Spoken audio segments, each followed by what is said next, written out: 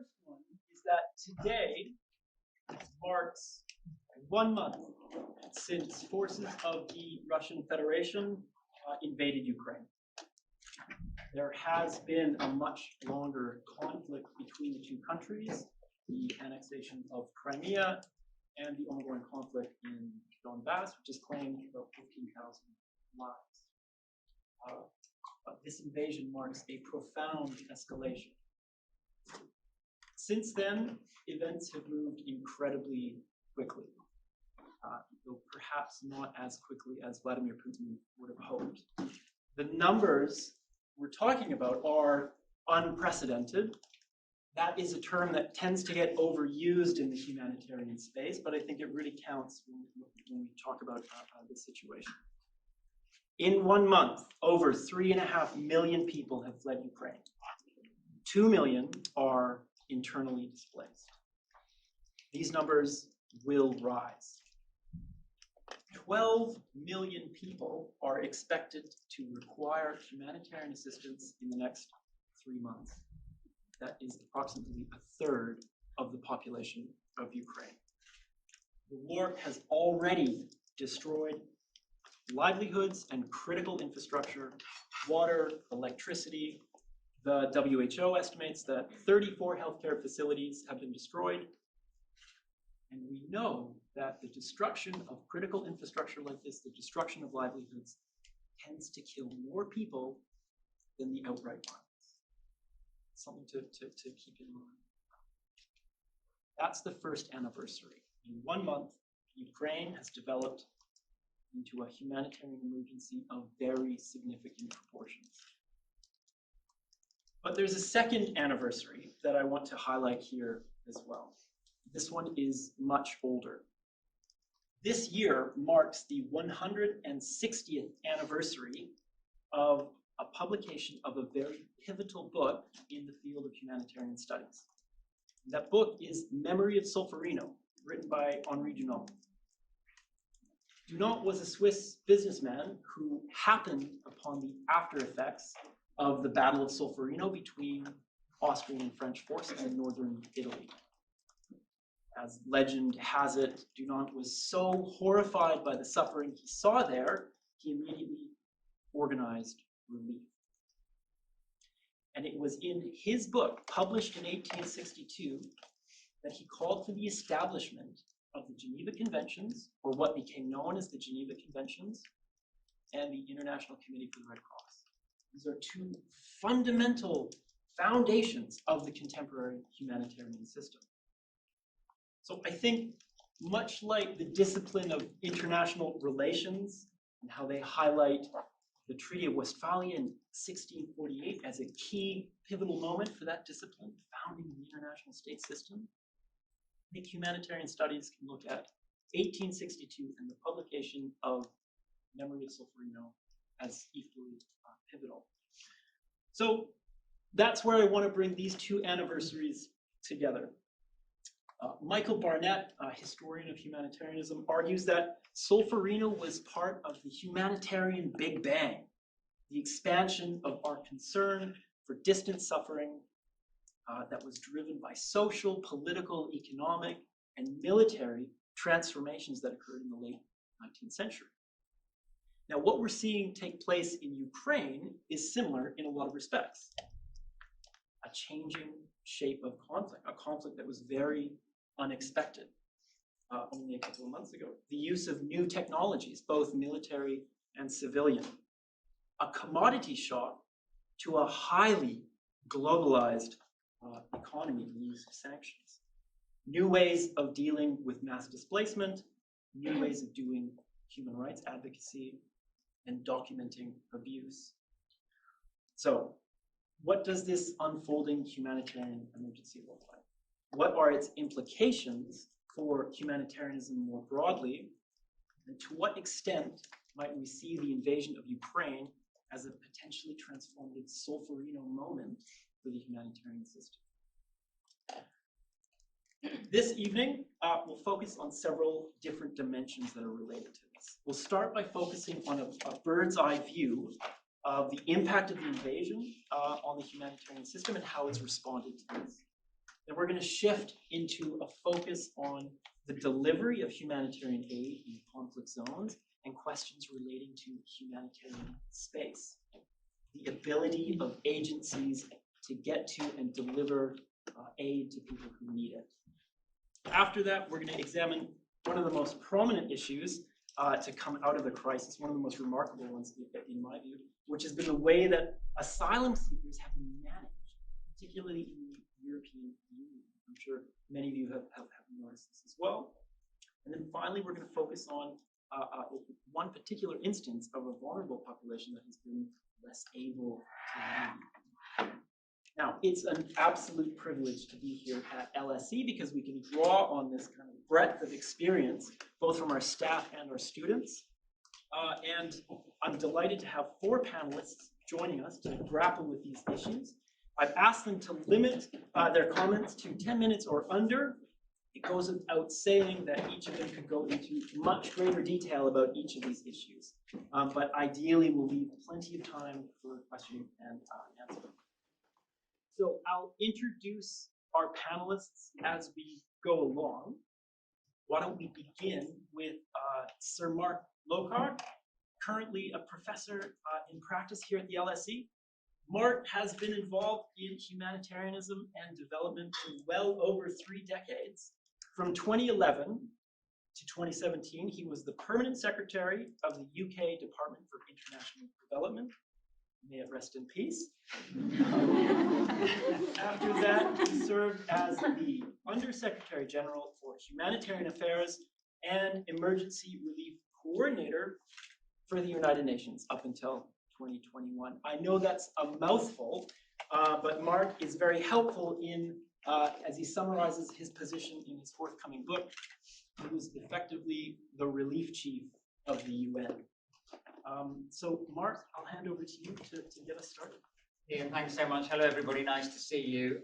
So the 10-hour version of what I'm about to say in 10 minutes is in Relief Chief, my book, which if you're bored in the next 10 minutes, please go to my Twitter account and pre-order your copy of Relief Chief. A lot of what is in there, although the word Ukraine doesn't appear, unfortunately is highly relevant to Ukraine, because a lot of what we're seeing in Ukraine now are the things I and others have been dealing with in Syria in particular, but in other places over the last 4 years or so. And some of my predictions of what's to come reflect that experience, as well as my experience in dealing with the issues in eastern Ukraine as a result of the first incursion. So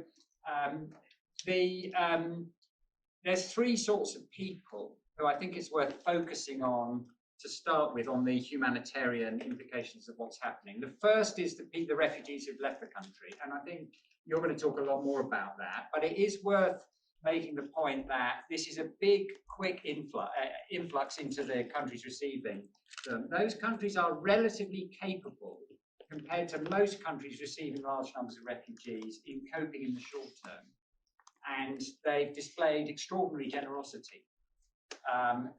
On a societal level, not just a governmental level, on a societal level. But I think a issue that's already growing is the economic burden that's being put on those countries, especially Poland, but other countries as well. And the rest of the world has not yet caught up with the need to respond to what will be a growing need of help for those countries, better off as they are in dealing with this huge influx. The second group of people who I think it's worth paying attention to are people who've been internally displaced inside Ukraine. And the number there is, no one really knows how many it is, by the way, but your 3.5 million number, I think that was the number you quoted, is order of magnitude probably about right. It's probably maybe somewhat larger than that. One thing I more or less guarantee to you is it's going to get a lot bigger on most people's base case scenario for how this conflict will play out. Now, as a proportion of the population of Ukraine, this is still probably a bit less than 1/4 of the population. So this is not yet at Syrian levels. In Syria, a higher proportion of the population of the country were either displaced or left completely. But this is, by normal standards for a large country, a large proportion of the population immediately affected by a conflict. And so at a time when the country is struggling to run its normal functions, to keep the economy going and to provide basic services to people, to have a huge dislocation of population, mostly from east to west, is causing really a massive strain on the social order and people's ability to rub along. Again, it's generally being coped with, as these crises always are in the first instance, by generosity from one set of human beings to another set of human beings, often their friends or family, often though people they've never met or heard of before. And that generosity of the human spirit already is an important characteristic of this crisis in Ukraine. Now, the wider world is still working out how to provide financial support to Ukraine to cope with this massive economic societal disruption. And if I were you, I would be looking out for what the wider world does on that topic over the next month or so. The spring meetings of the World Bank and the IMF are going to be really important in terms of what needs to be a several orders of magnitude ratcheting up of economic and financial support to Ukraine, in the absence of which there will be a much, much greater refugee exodus. So there's some self-interest at stake in the wider world helping Ukraine with the financial consequences of the dislocation, as well as what ought to be a humanitarian imperative. Now, the third group of people I want to talk about are people who are caught up in the conflict and the fighting. And that is the most difficult humanitarian set of issues to deal with, obviously. And it's difficult because what we're seeing is wholesale, flagrant violation of the set of rules and norms and standards that Henri Dunant, more of whose story you can read in the introduction to Relief Chief, Henri Dunant set out 160 years ago. And unfortunately, that is something that doesn't surprise anybody who has been involved with these issues over the last 5 years, because what we're seeing in terms of the conduct of the hostilities in Ukraine is straight out of the Chechnya, Grozny, Syria playbook. The intent is to terrorize populations. That is what the aggressor is trying to do. And the purpose of terrorizing them is to reduce morale and resilience and to force people to submit or to flee. Now, for obvious reasons, that makes it extremely difficult to provide humanitarian assistance, because the intent is also to prevent people getting humanitarian assistance. Now, I can tell you that today, my former colleagues from the UN Office of Coordination for Humanitarian Affairs are in Moscow trying to negotiate arrangements for what's called a deconfliction system or a notification system, where the parties to a conflict are assisted in complying with their international humanitarian law obligations to protect civilians. And the idea is to create a system whereby civilian refugees are notified to the hostilities on the basis that the belligerents then prevent attacks on those locations. Systems like that can work very well. They've worked extremely well, for example, in the war in Yemen over the last 10 years. But they don't always have to work well. That system in Syria, which my office used to run, was established in 2014. By 2019, as I had to tell the Security Council that year, I'd come to the conclusion that the system wasn't working because the people who were supposed to be using the information to protect civilian facilities were in fact using it to target civilian facilities. So there isn't a more difficult environment in which to provide humanitarian assistance to civilians caught up in the conflict than what we're seeing in Ukraine at the moment. And there are some things you can do and some things it's important to do. And I've written a bit more about this on a blog I posted on the Centre for Global Development website the other day. You can try to reinforce protected places, build underground hospitals and so on. You can create civilian defense arrangements of the sort that the White Helmets created in Syria, and you can gather and collect and publicize and disseminate evidence of atrocities, it's still the case that people committing atrocities would rather that the evidence on them and the perpetrators of them and the footage wasn't collected, because they fear that if there is evidence collected, the chance of being accountable grows. So it's a useful thing to do, to collect all that evidence, and maybe one day in the future there will be some accountability. But none of us should kid ourselves that this is other than a really extreme situation for the people caught up in the conflict, and there are limits to, however hard they try, what the humanitarian organisations can do to help them. Trying to get as many people out as possible is probably the most important strategy. And I wanted to say one last thing before I exceed my 10 minutes, if I haven't already, and that is the humanitarian consequences of what's going on are going to ripple across the whole of the world. The director of the school, Minouche Shafiq, and I were on BBC Radio 4 10 days ago describing some of the consequences on very poor countries, the spike in food prices, the disruption of grain markets, the huge increase there's going to be in fertilizer prices, which will dramatically reduce food production, already effective for this season, but dramatically reduce it into the future. It may well be that if, in the best case scenario, we're lucky and the hostilities in Ukraine do calm down somewhat, I'm not certain they're going to, but were that to be the case, there would still be a massive humanitarian set of consequences more widely around the world in countries, especially like Yemen and Afghanistan, which are facing mass starvation anyway, because of the ripple-on effects that we've already seen from the Ukraine direct consequences of the crisis. And one of the reasons I mention that is because that set of issues, the wider world effects, is being widely ignored. And we need to find a way of getting policymakers focused on them as well, if we don't want there to be horrible unintended consequences of and unattended to consequences of what's going on. Thanks so much. Thanks, Mark. I think you raised a lot of really interesting points, and I think this aspect of visibility is really interesting in terms of the way that social media is amplifying the visibility of, I'm sure everyone's come across these small videos on online news sites around incredible kind of acts of courage and bravery, taking down road signs, standing in front of tanks.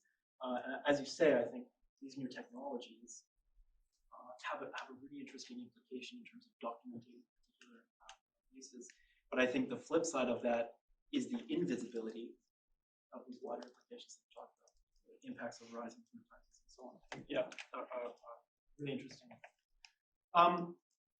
So let's move on to focus in on some of the things that Mark was bringing up around the challenges of delivering aid in a conflict zone.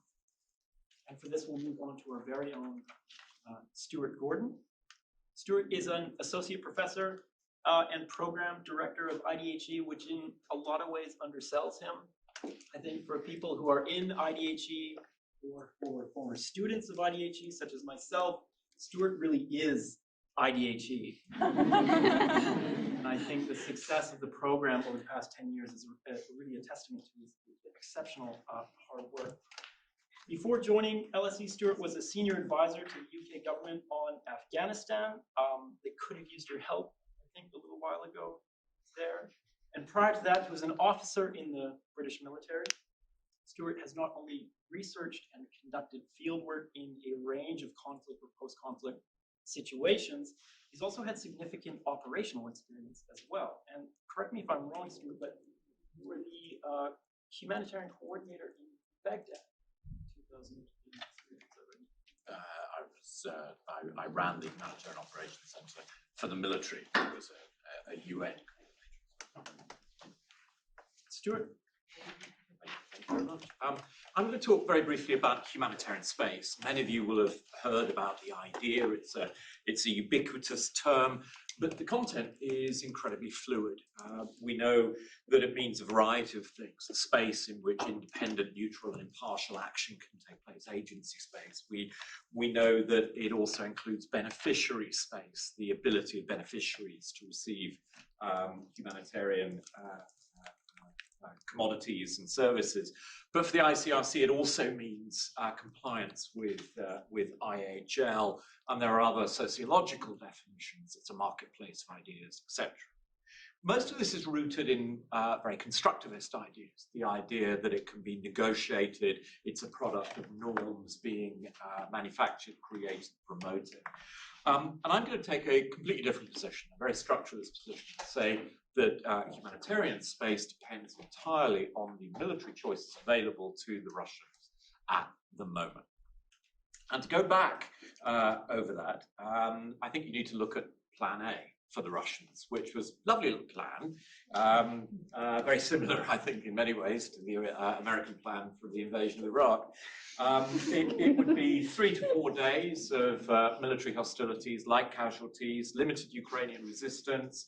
NATO and the European Union would fall apart. Their sanctions would be riddled with self-interest and greed. And there would be a victory parade in Kiev with flags and bunting for everybody. That didn't quite work out, really.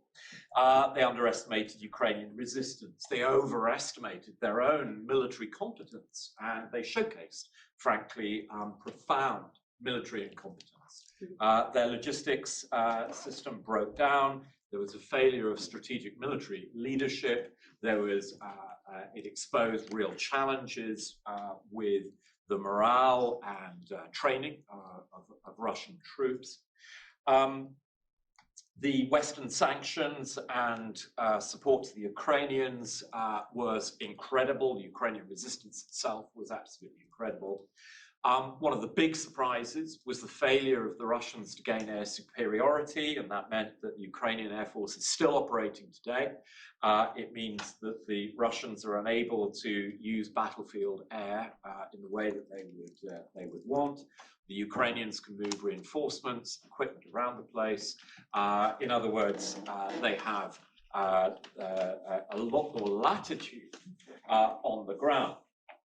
The other problem is that the Russians have taken super high casualties. It depends who you talk to.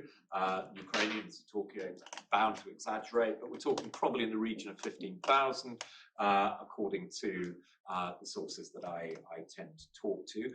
And the Russian army at the moment is paralyzed, with some people applauding the pushback of the Russian front lines, which it's easy to exaggerate, but there is some of that around tactically important areas. But the Russian army is broken, and you can't simply change tactics. The Russians are going to go through a period of reorganization, consolidation, and they've moved on to Plan B. And Plan B is what they normally do, as Mark described. It's what we've seen in Grozny, it's what we've seen in Aleppo. So it's a back to an attritional situation. Now, some people are talking about there being a stalemate. There isn't a stalemate. What there is at the moment is a strategic pause as both sides begin to readjust. The Russians are bringing in new forces, including Wagner, Chechens, and militia organizations, plus they're bringing in some of their top-rated troops from around Moscow. The Ukrainians are pumped up on a brand new package of arms, including some new technologies, the Switchblade UAVs from the United States. And this is really, really scary, because the problem is that the Russians can't escalate to victory, and nor can the Ukrainians take back strategically the kind of territory that they want. But we do know that politically Putin is backed into a corner, and therefore he's having to use techniques on the battlefield that signal to the West that intervention and support is extremely dangerous for them. And they have to use tactics on the battlefield which demoralize the Ukrainian population. And the result of this is that the war has become a war of signaling via abuse. And humanitarian space, agency space, beneficiary space, compliance with IHL is contracting rapidly as a result of this switch to Plan B. We're seeing thermobaric weapons, father of all bombs, slightly different from the American mother of all bombs. We're seeing hypersonic weapons. Now, these are bizarre weapons. They obviously go very, very fast, but they're usually used on high-value targets in very densely protected air defense environments. So command and control, and they're being thrown away. These are very expensive weapon systems. So what most analysts feel is happening is there's an extremely clumsy form of military strategic signaling going on. That these weapons are being, these rare weapons in the Russian arsenal are being squandered on non-valuable targets as a way of saying to the West, we are contemplating forms of escalation, and we can hit targets with missiles launched from Russia that you can't stop. Now, the reality is most Western analysts are looking at this saying, but you've only got 6 platforms to deliver these. You've got half a dozen of these missiles. This is an incompetent form of signaling. And I think that's the big problem that we have, that the Russians are talking in terms of, or giving hints that chemical and biological weapons might be used. At the same time, they're using extremely heavy artillery systems against essentially civilian targets. So we're seeing a complete instrumentalization of abuse, contraction of humanitarian space in order to prosecute 2 campaigns. One, against Western intervention, with 2, ensuring that the Ukrainians give up very quickly. We're also seeing the Russians using humanitarian language, the idea of responsibility to protect. The entire Russian intervention was drawn in with parallels to Kosovo and to Libya. We're also seeing the idea of humanitarian ceasefires and humanitarian corridors, again, in ways that are connected to the political strategy and the political signaling. There are also real worries about the kind of signaling that is going on. For example, the mobilization of cyber is really, really frightening.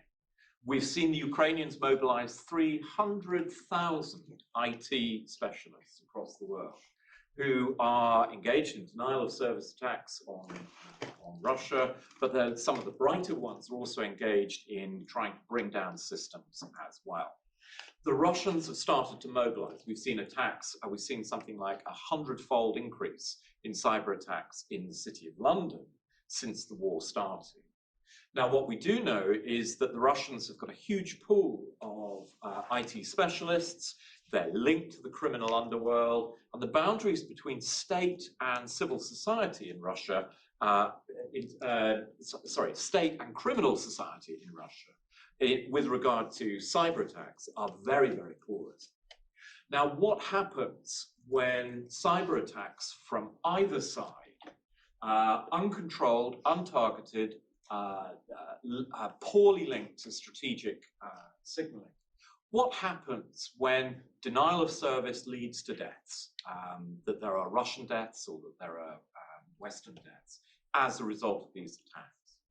So the problem that we've got is we have military signaling by Putin, which is clumsy, based around the contraction of humanitarian space. We've got Putin with his back against the wall, increasingly reliant on tactics which are utterly destructive of norms. And we have a cyber strategy on both sides where the signaling, the thresholds, the trigger points are not defined effectively. And yet the world watches on. And I think that's enough for me because I've cheered everybody up. I want to say thank you, Stuart. I mean, you're right, that was a grim implication. But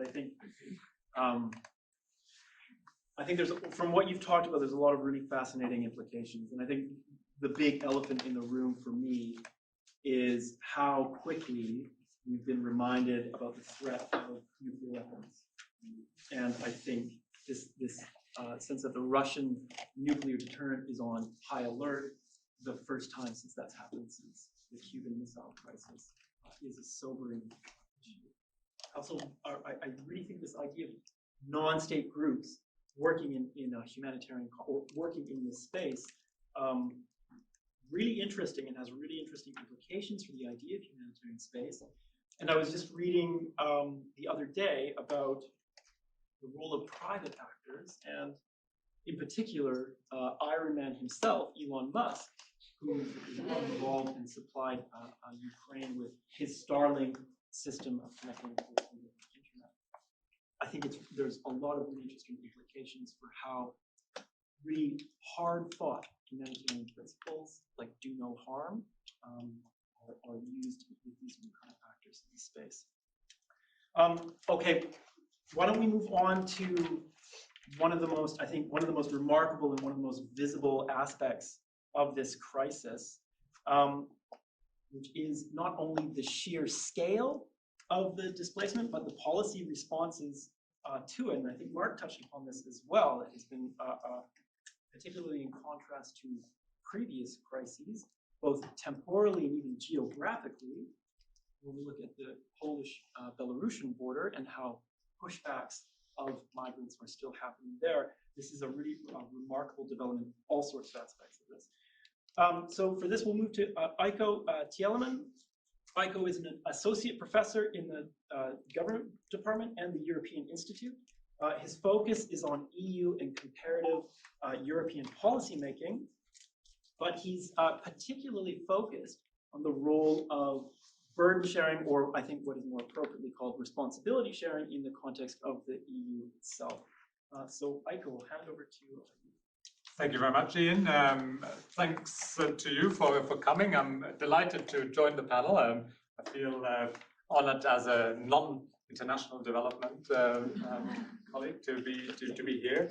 And as Ian said, I work particularly on issues around international cooperation when it comes to refugee protection, in particular in the EU context. And I've done some work with both the European Parliament and the European Commission over the years. A few years ago, we wrote a report on the future of an European-wide responsibility sharing system. Then we were still thinking about the Balkans, right? The Arab Spring in early 2000, obviously then Syria, right? But some of the issues that we try to highlight in that report, I think, are still relevant today and are maybe deserve some new reflection in the light of some of the innovations that we've seen in recent weeks with regard to Europe's response to the Ukrainian crisis of displacement. So one of the arguments that we made in the report to the European Parliament was that we do usually in refugee crisis hear a lot about absolute numbers, and we already talked a little bit about this, right? And you will have heard that, of course, in terms of displacement in Europe, right? This is really the second largest crisis of displacement since the Second World War, and we've heard how some countries in particular have been affected by this. Poland, right? Probably unprecedented numbers of arrivals in terms of its history. But what we hear a bit less about is kind of these broader distributional implications of these flows, right? So we get these snapshots, right? Like in Syria, we heard a lot how Germany took in over 1 million refugees, and we heard it repeatedly, right? And now we hear a lot about the Polish situation and the absolute numbers there, right? But we hear a lot less, for example, or we heard less in 2015, but Austria actually, relative to its size, taking in a lot more refugees than Germany, right? Similarly, Sweden. And we hear a lot less, perhaps, nowadays about Moldova, which, relative to its size, is facing incredible challenges, right? 12 to 15% of its population are made up of Ukrainians at the moment, right? So that compares to maybe 1% of the population made up of Syrians at the height of the Syrian conflict in Germany and across the the EU as a whole. So, so what I want to, I guess, develop as an argument here that we should take the distributional consequences of migration flows into more serious considerations. And I would say this is really for two reasons, right? One is, I guess, the reason of capacity, right? So if small countries attract disproportionate numbers, they might be incapable of sufficiently providing effective protection to them. The other reason is what I would call, I guess, issues around not capacity but fairness. If there's a perception that the distribution of migration and asylum and refugee inflows is unfair, that will affect not the capacity but the willingness of states to contribute to refugee protection efforts. And I think we have seen this time and again in Europe's response to various refugee crises. And I think this is also where the EU can arguably play a very important role. So if it is true that the highly unequal and unfair distribution of migration inflows, and especially refugee inflows, is problematic, then I guess the question from a public policy point of view arises, what can we do from a public policy perspective to make the distribution fairer? How can we think about allocation of responsibility that is, I guess, taking into account the varied capacity of host states and hence, I guess, maximize protection willingness across Europe as a whole. And so keeping that, I guess, question in mind, I want to talk you through, I guess, three key policy options that Europe has. And these are, I guess, alternatives. They can sometimes be maybe combined in interesting ways. And those three, for me, are one, allocating responsibility to countries that have a meaningful link to the refugees, right? That's one. Quota-based kind of allocation mechanisms where you basically say, all right, we look at capacity and allocate quotas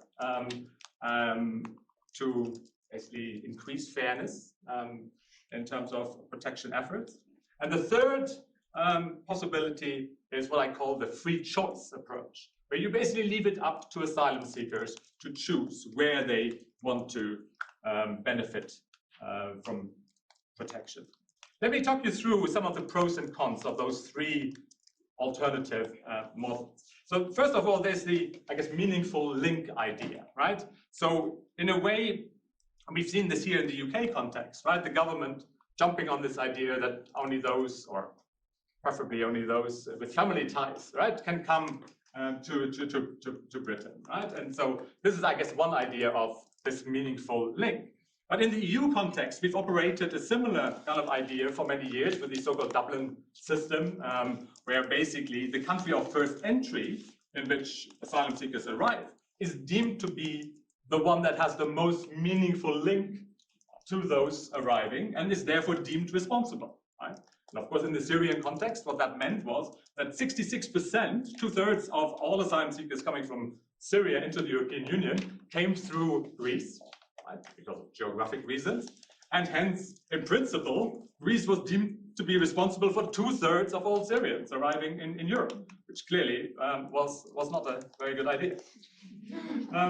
So obviously, there are some I guess intuitive attractions of dealing with this meaningful link idea, and certainly nobody says that obviously bringing families together is not a good idea. It is, but whether it is an effective humanitarian response in a crisis, right? I think that is a question that one should ask.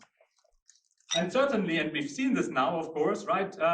If we base our discussions on this meaningful link idea, we're not going to have fair responsibility sharing, right? We know that some countries, like the UK at the moment, will do less than other countries. And we know that external border countries, because of their geography, will always tend to be overburdened. That brings me to my second, I guess, policy option, and that is that of capacity-based quotas, right? So the idea that, yes, ultimately, obviously, people will arrive in external border countries, but then we can basically come up with a system where we look at the capacity of different states and relocate individuals accordingly, right? That certainly will create a fairer distribution of responsibilities, for sure. It will prevent, arguably, overburdening of individual countries. But of course, on the con side, it's politically difficult to do, right? So states who have not had, obviously, the experience of large-scale inflows, they are particularly reluctant, right, to go down the route of binding capacity-based quotas. And we saw that in the context of the Syrian crisis, when especially Eastern European countries were not really happy with ideas of capacity-based, quota-based responsibility sharing. So there are issues of state sovereignty that are difficult. There are also issues of, I guess, migrant agency that are problematic, because obviously in any kind of relocation context, right, you're basically telling people, well, for managerial reasons, we would rather like you to be there rather than over here, right? So, and of course, there are also issues around safeguards, right? How do we make sure that once we relocate individuals, sufficient safeguards are in place in the destination country? That might be less problematic in the EU context, but still not without its problems. That brings me to, I guess, the Ukrainian innovation, as some people might call it, right? The free choice model, right? So for the first time, the European Union has initiated this so-called European Temporary Protection Directive, right? It was already created in 2001, has never been used since then. But basically here, now the EU has activated this instrument, which allows individuals to basically choose, Ukrainians to choose where they want to seek protection, right? And where they want to access a set of rights and supports that are basically harmonized across all member states of the European Union. And so from that perspective, right, there are a number of advantages from this temporary protection idea, right? It's quite easy to manage, right? It's relatively cheap. You don't have to bureaucratically decide on quotas and relocations and so on, right? And it respects a migrant agency, right? Which was one of the big advantages that I mentioned, disadvantages of the quota-based approach. The one big drawback, though, with free choice is, again, distribution, right? When you leave it up to individuals to decide where to go, you're not going to achieve, obviously, necessarily a very fair distribution of responsibilities, right? And what it also means is it invites the possibility of potential host countries to play games, to either, I guess, encourage people who are already on their territory to leave to other countries in Europe, or for other countries to potentially try ways out to deter individuals from choosing them as their destination, right? So it invites, I guess, dynamics of regulatory competition, and it's not so easy to foresee how you would get around that. So I'm gonna wrap it up here. What I would argue is that these distributional issues are likely to become a bigger concern for Europe as a whole over the next few months. At the moment, obviously, there's a huge amount, and we talked about it, surprising amount, right, of protection willingness, a lot of goodwill in a lot of countries, right? Maybe unique, unprecedented was the word, right, that was used. But how will that play out in 6 months, in 12 months' time, right? I think that's when these distributional issues will, again, come to the fore.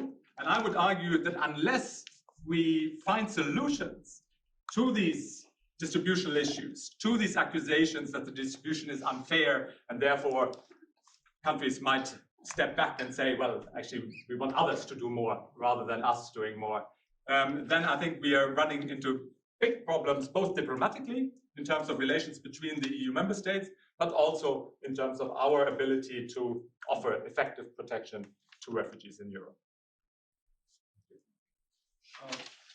Wonderful, thank you, Eiko. I think I'm really glad you spoke about the temporary protection directive. My understanding is this has been around for over 20 years, and it's been passed unanimously just in the past month. And I guess I think it's a really fascinating question, this idea of whether this is going to set a precedent for future crises, or whether this is going to remain an exceptional kind of event. And I think you raise attention to this idea of let's have a look at what 6 months from now, what's going on in terms of these questions. Right, so we Eiko's been talking about the impact of the displacement crisis and how it's been managed at the EU level. But as with many conflicts, not everyone is able to leave the country in the same way. This crisis, like many crises, is notable in terms of the particular social identities that are affected in different ways. And I think we can see that reflected in the kinds of people who are leaving, the kinds of people who are staying. And I think in this respect, we're really fortunate to have Anna Landry with us. Anna is a disability justice advocate and an MSc student on the IDHE program, and my personal mentee, I must say. And up until a month ago, Anna, you and I were talking about the usual student ephemera like exams and coursework and readings and so on. In the last month, Anna has pivoted almost entirely to focus on helping coordinate the evacuation of people with disabilities from Ukraine as a crisis focal point at the Partnership for Inclusive Disaster Strategies. And she's written quite a powerful blog on the International Development blog that I encourage everyone to have a look at, that lays out some of the issues that she's dealing with in greater detail. So Anna, I'll hand over to you. Yeah, thank you. Thank you guys for coming. I see a lot of classmates. So I have been working at the partnership for the past month on this, which means I've been skipping a lot of my IDHE classes, but I keep, oh, hey, I have permission to the professors. And I've been talking to kind of Stuart and Ian about the things that I've learned in the IDHE classes that have really helped me, particularly our class on the UN cluster system, which I presented to today on the gaps in the coordination, specifically with respect to people with disabilities. And so I want to start by talking about the scale of this and reinforcing the idea that it's not a niche issue. The Ukrainian Statistics Services believes that about 2.7 million Ukrainians have some sort of disability, and experts agree that that number is probably much higher. We know that most countries, between 15 and 20% of their population are disabled. So we're talking about a huge demographic and needs that really aren't considered in a lot of the humanitarian response across the board.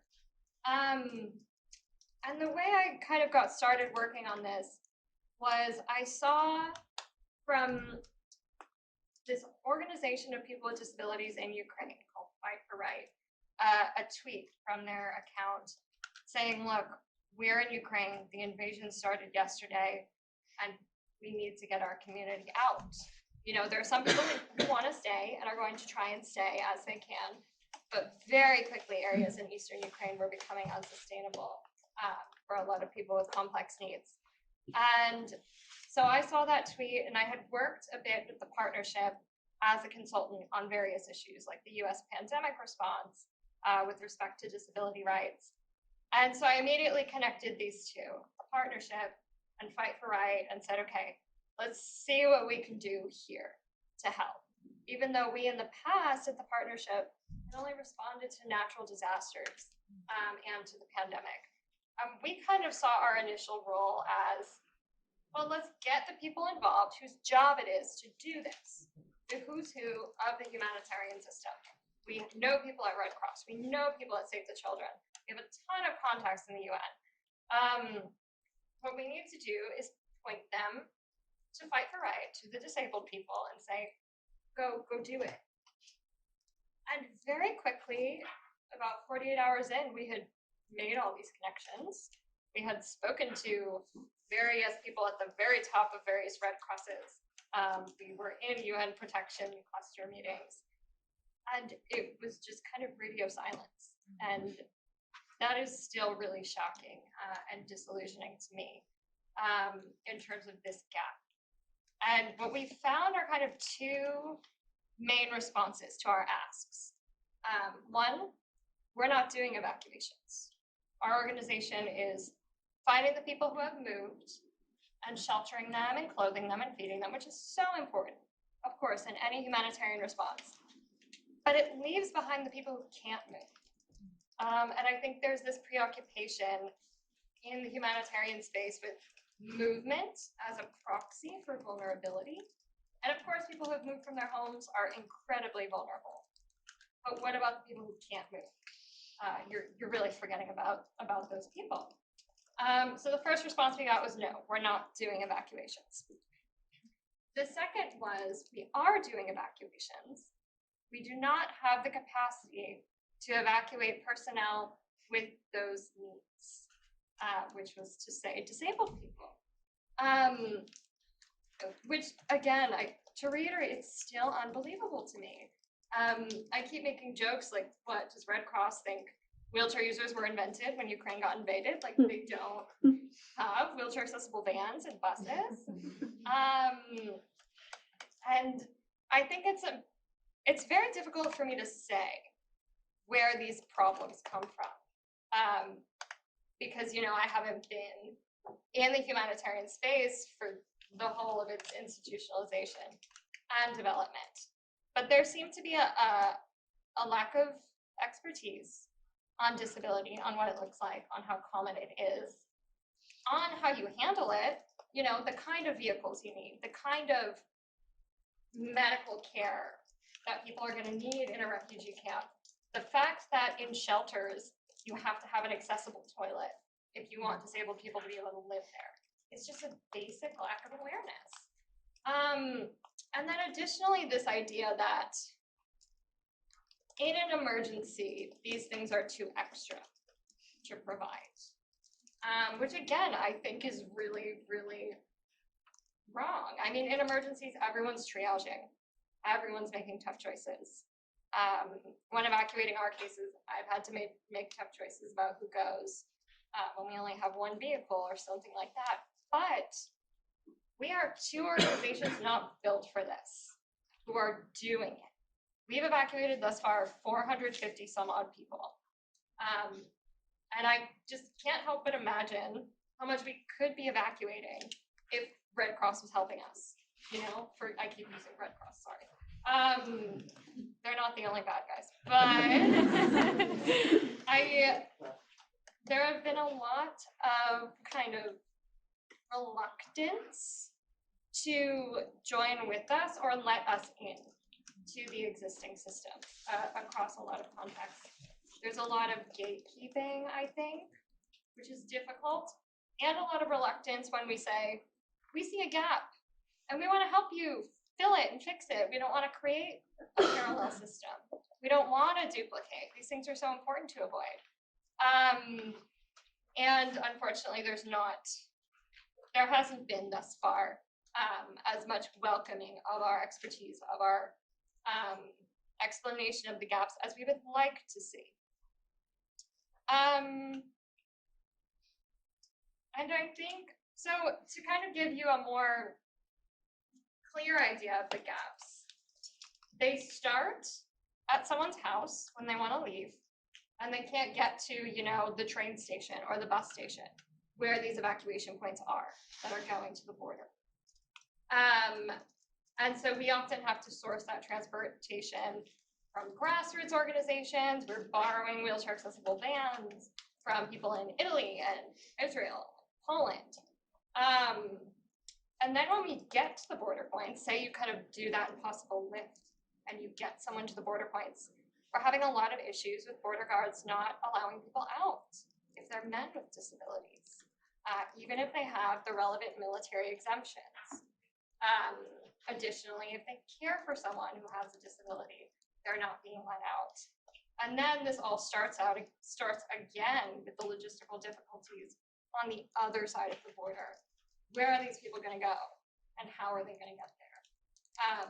So really, the logistics are tough. The gaps are big, and I think it's also worth thinking about the ways in which we often don't think about how war itself and humanitarian crises themselves not only hit disabled people often the hardest, but they themselves produce disability.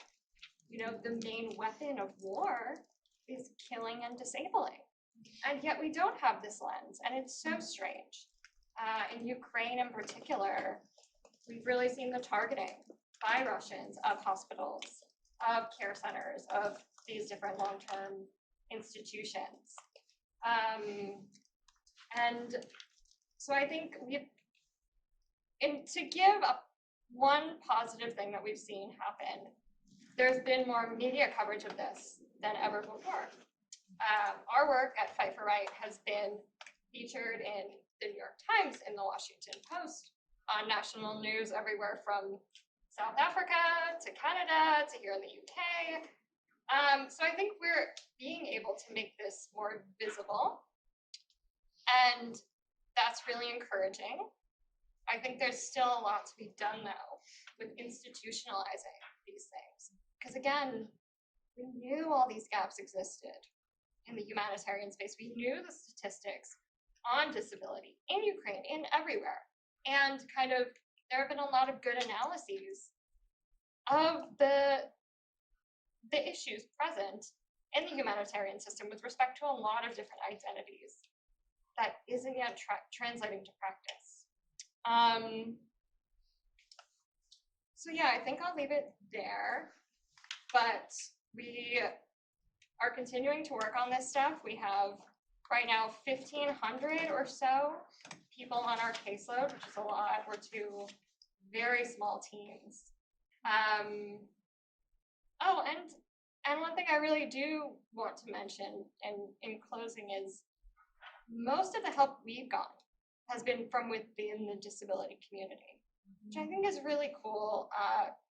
It's kind of this dual lovely thing to see and really disappointing thing to see, because it's like the most impacted people, the most marginalized people are the only ones stepping up to the plate. And at the same time, it's a really amazing show of community and solidarity. So that's been a really interesting thing to see. And I'm interested to see how it kind of develops and how we can institutionalize this for future emergencies.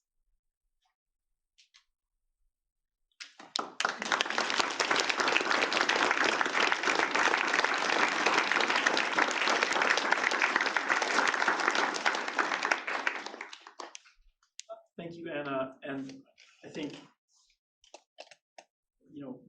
what you're talking about, I think, is extremely important. This, as you make clear, this is not an insignificant issue, both in terms of scope, but also in terms of principles. And I think in a lot of ways, what you're talking about is a ringing indictment of the humanitarian system in some ways, a system that's supposedly rooted on the principles of humanity, impartiality, human rights related to non-discrimination. And as you're pointing out here, there are some serious gaps between our expectations and our actual experience in this case. Okay, thank you, Anna, and thanks to the panelists for what I think was a really interesting discussion, really insightful discussion as well. Thanks for the people who asked questions. Thanks for you